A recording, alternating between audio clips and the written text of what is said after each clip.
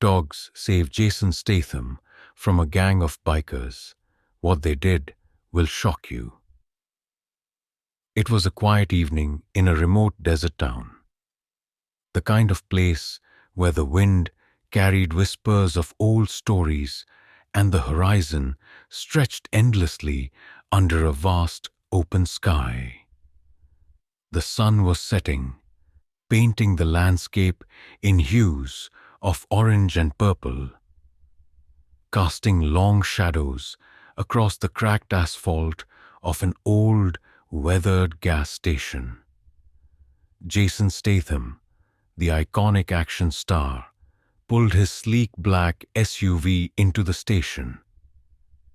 The engine rumbled to a stop, and Statham stepped out, his muscular frame and signature stoic expression unmistakable even in the fading light. He adjusted his sunglasses, squinting against the glare, and glanced at the fuel gauge. The needle hovered just above empty. "Guess this is as good a place as any," he muttered to himself, his gravelly voice carrying a hint of dry humor. As he approached the pump, he noticed something unusual. 5 large stray dogs lounged nearby, their coats matted but their eyes sharp and alert.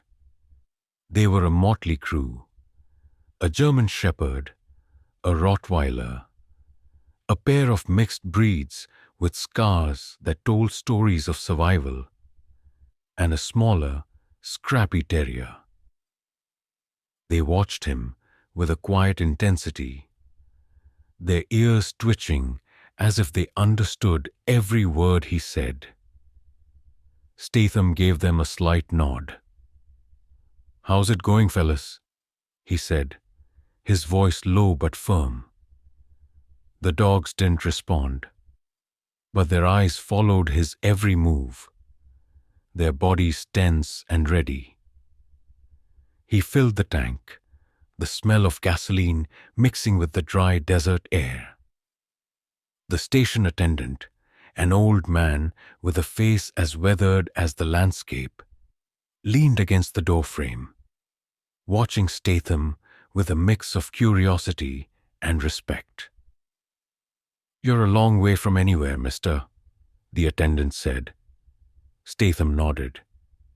"Just passing through." The attendant glanced at the dogs.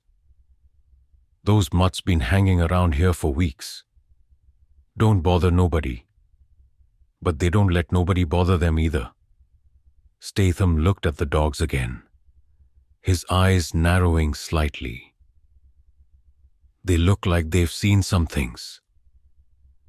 Before the attendant could respond, the atmosphere shifted. A deep rumbling sound filled the air, growing louder with each passing second. Statham turned, his hand instinctively moving toward the side of his SUV, where he kept a well-worn revolver. A group of bikers rolled into the station, their motorcycles roaring like beasts. There were at least 10 of them, their leather jackets adorned with the emblem of a notorious outlaw gang, a skull with crossed pistons. Statham had encountered their kind before. Troublemakers, bullies, men who thrived on chaos and fear. The leader, a tall man with a beard as wild as his temper, stepped off his bike, his eyes locked onto Statham, and a slow, menacing grin spread across his face. "Well, well," he drawled, his voice dripping with mockery. "Look what we got here. Jason Statham, the action hero himself." His crew laughed, a harsh, grating sound that echoed through the empty station. They dismounted their bikes, circling Statham like vultures. One of them kicked over a trash can, sending it clattering across the ground. Another revved his engine, the noise deafening in the quiet evening. Statham remained calm, his expression unreadable. He adjusted his sunglasses and leaned casually against his SUV. "If you boys are looking for an autograph, I left my pen in the car." The leader smirked, stepping closer. "Nah, we're looking for a little fun. Maybe take that fancy ride of yours for a spin. Or maybe—" He paused, his grin widening. "Maybe we'll just take it." The gang closed in, their movements deliberate and threatening. Statham's hand twitched, but he didn't reach for his gun. He knew better than to escalate things too quickly. Instead, he kept his eyes on the leader, his voice steady. "You sure you want to do this?" The leader laughed. "Oh, I'm sure." But before anyone could make a move, the dogs, those same stray dogs that had been lounging nearby, suddenly stood up. Their ears perked, their bodies tense, and a low, guttural growl rumbled from their throats. The German Shepherd, the largest of the pack, stepped forward, its eyes locked on the bikers. The leader glanced at the dogs and scoffed. "What's this? Your backup?" Statham didn't respond.